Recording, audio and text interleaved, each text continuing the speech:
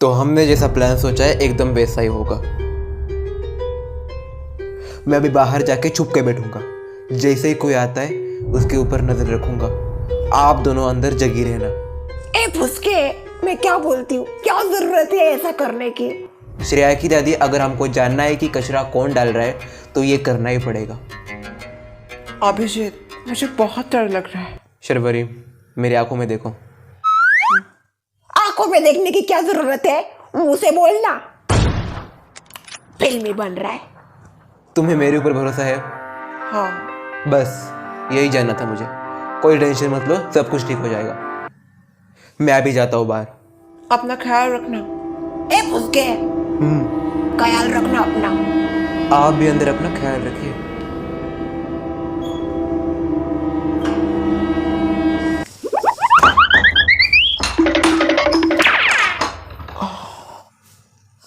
अपना सिक्योरिटी उसको जाने दो।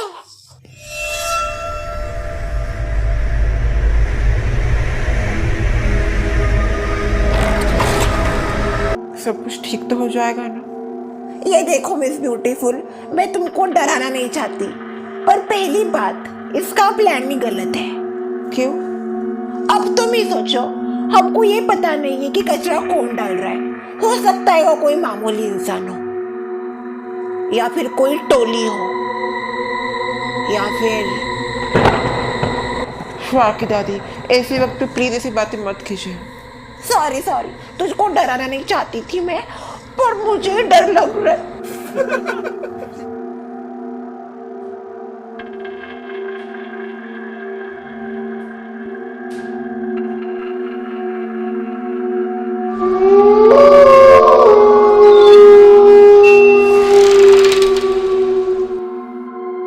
तो तुम ही हो वो कचरा डालने वाले।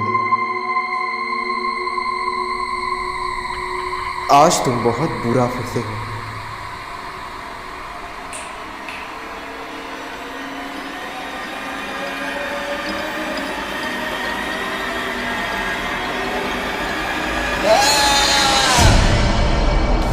फुसके का आवाज आया ना? हाँ, अभिजीत।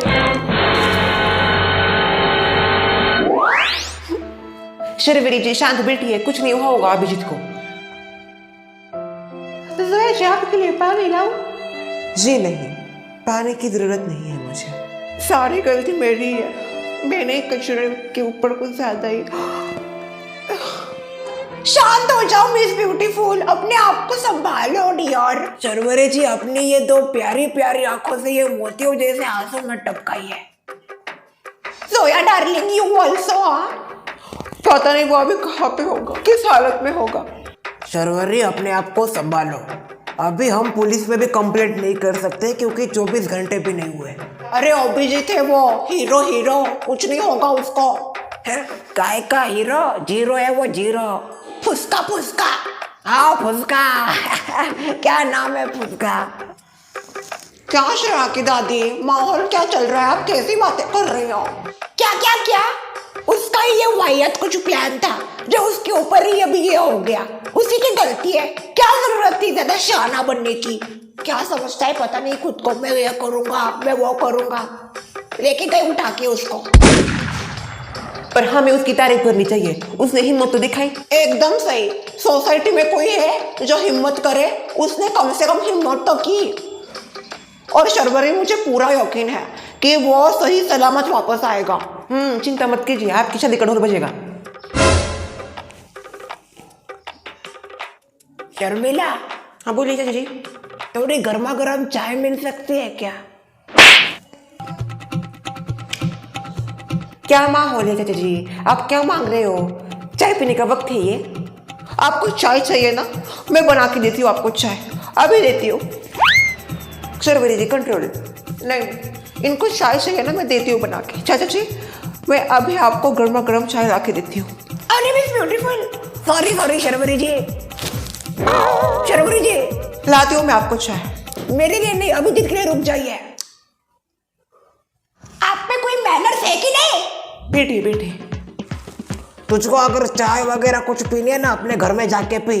माहौल का कुछ ख्याल रखा कर, कहीं पर भी कुछ भी बोलता है। मुझे भी पीना है, पर अभी नहीं बोल सकता। वाह ललिता, गलत चीजों में लोगों का साथ कैसे देना ये कोई तुमसे सीखे। अरे क्या? अरे चल। मुझे एक बात समझ में नहीं आ रही, वॉचमैन तू क्या कर रहा था? चल, कौन कचरा डाल रहा है तुझको नहीं पता, पर रात को एक आदमी को उठा के लेके गए ना। वॉचमैन का काम चारों दिशाओं में ध्यान रखना होता है, ये चारों दिशाओं में सोया हुआ होता है। ये वॉचमैन का हमेशा का है। हाँ, सोसाइटी में कुछ भी हो जाता है ना, इसको कोई खबर ही नहीं रहती। और नहीं तो क्या? नहीं, इसके पैसे कम कर दो आपसे। इसमें मेरे पैसे काटने की क्या जरूरत है? वो ख्याल नहीं रख सकता खुद का। चुप बैठना, मार खाएगा सारे लोगों का। सब नीचे आइए। अभिजीत है ना? अबू भाई, धीरे अभिजीत, अबू भाई आ गया।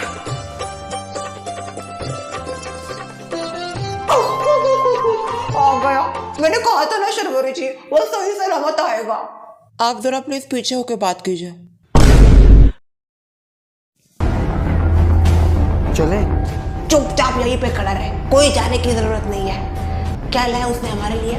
बस दुख लाया है, पता नहीं क्यों आया। बेटा चुपचाप फोन रख, वो फुसका आ गया सोसाइटी में, कोई पार्टी नहीं होगी। मैं कितना यहाँ पे सब कितना डर गए थे। बेचारी शर्वरी और जोया का रो के बुरा हाल हुआ था। हाँ ना, मुझे तो वो देवदास की पारो और चंद्रमुखी की याद आ गई इन दोनों को देख के। कुछ भी क्या बोलती हो? बस अब आ गया हूं ना मैं।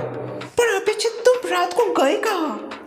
जो कचरा डाल रहा है उसको पकड़ने गया था मैं, अरे बाबा, और मुझे वो मिल भी गया है। अबू भाई, आ जाओ ऊपर।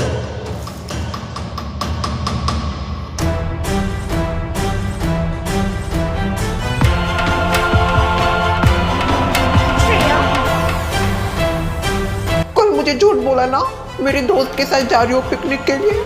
Sorry mummy. चुप, मुझे नहीं करनी तुझसे बात। माँ मैं मत बोलते मुझको। पर ये लड़की रात को बाहर गई कैसे? कैसी माँ है तू? तेरी बेटी रात को बाहर चली जाती है और तुझको खबर तक नहीं। अरे वाह, अब माँ आ गई सामने। आप भी तो दादी है उसकी, और आपकी कब्र में सोती है वो। मुझे कुछ समझ में नहीं आया रात को क्या हुआ। कैसे पता चलेगा आपको? 10 बजे सोती हो, 8 बजे उठती हो। कल रात को जैसे ही मैंने इन्हें देखा, मैंने रात को नाटक किया जैसे कि मुझे कुछ हुआ है, क्योंकि मैं नहीं चाहता था रात को तमाशा हो। रात भर मैंने इनसे बात की और ये समझने की कोशिश की कि आखिर इन्होंने ऐसा क्यों किया। श्रेया, तुझसे ये उम्मीद नहीं थी। क्या आप सब प्लीज हमारी बात सुनोगे? हमने ये सब कुछ जानबूझ के नहीं किया है, बल्कि ये हमें किसी ने करने के लिए कहा था। किसने बोला था? इनको मैंने बताया था यह करने के लिए।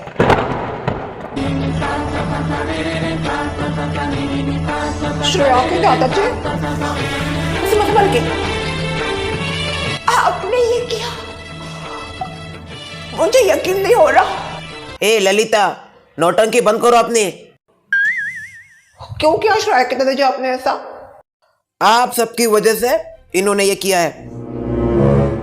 अब मेरी बात ध्यान से सुनिए। आप सबके घर में, सबके कचरे की डस्टबिन है कि नहीं? फिर भी सोसाइटी के लोग अपनी अपनी खिड़की से जो कचरा नीचे डालते हैं,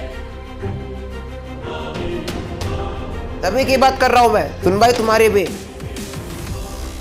तो मैंने सोचा वही कचरा फिर से सोसाइटी में लाता हूं, फिर देखता हूं क्या होता है। तो मैंने बच्चों को इसमें शामिल किया। इन तीनों में से कोई एक रात को उठकर कचरा डालता था।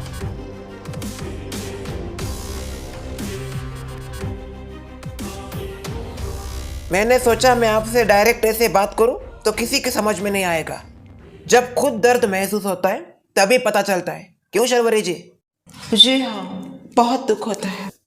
मैंने शर्वरी का घर इसलिए चुना ताकि उनकी बात सभी मानते हैं। मुझे आप सबको बस एक बताना है, जिस घर में हम रहते हैं वो तो हम साफ रखते हैं, पर उसी घर का कचरा बाहर फेंकते हुए आपको जरा सी भी शर्म नहीं आती? हर किसी के घर में डस्टबिन है, उसका यूज क्यों नहीं करते? आगे से अगर सोसाइटी के बाहर ऐसा कचरा मुझे पड़ा हुआ दिखा और किसी ने फिर से अपने खिड़की से कचरा फेंका तो उसके ऊपर कड़ा एक्शन लिया जाएगा। बिल्कुल नहीं डालेंगे। हाँ,